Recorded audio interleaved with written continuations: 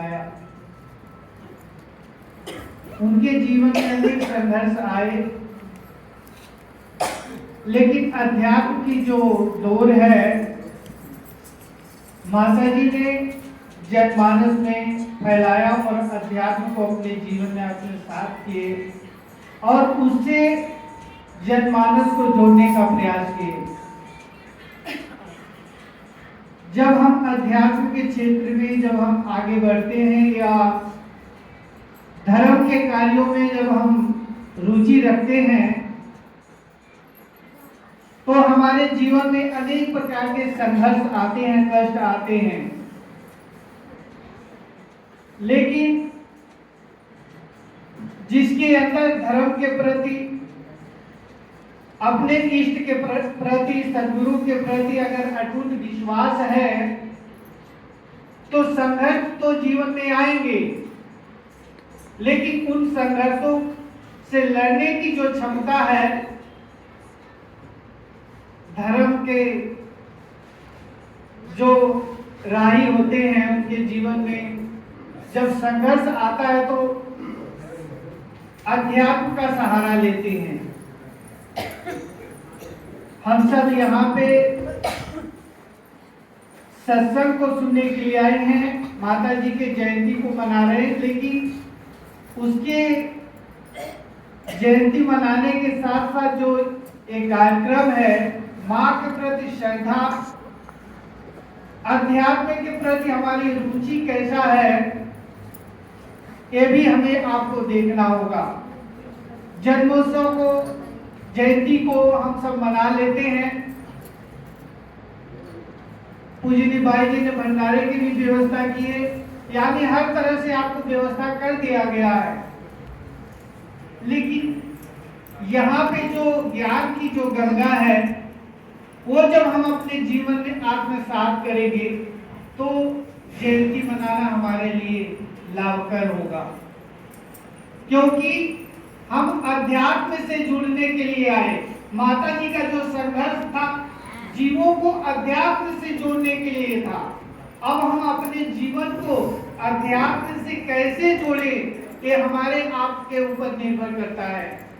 अगर श्रद्धा हमारे अंदर है, माता जी के भजन भी सुने आप, भाव का भूखा हूं मैं भाव ही एक साथ, भाव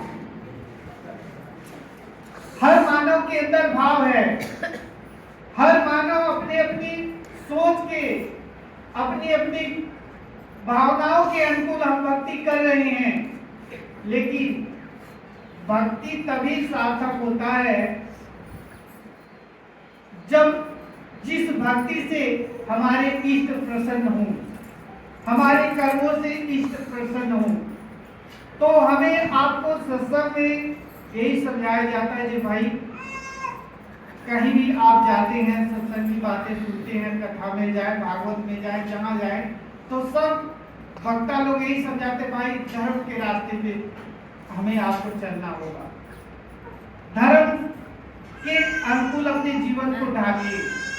लेकिन इतना सुनने समझने के बाद हम अपने जीवन को ढाल नहीं पाते। कारण क्या है? क्योंकि धर्म के क्षेत्र में पसमन आपको संघर्ष है,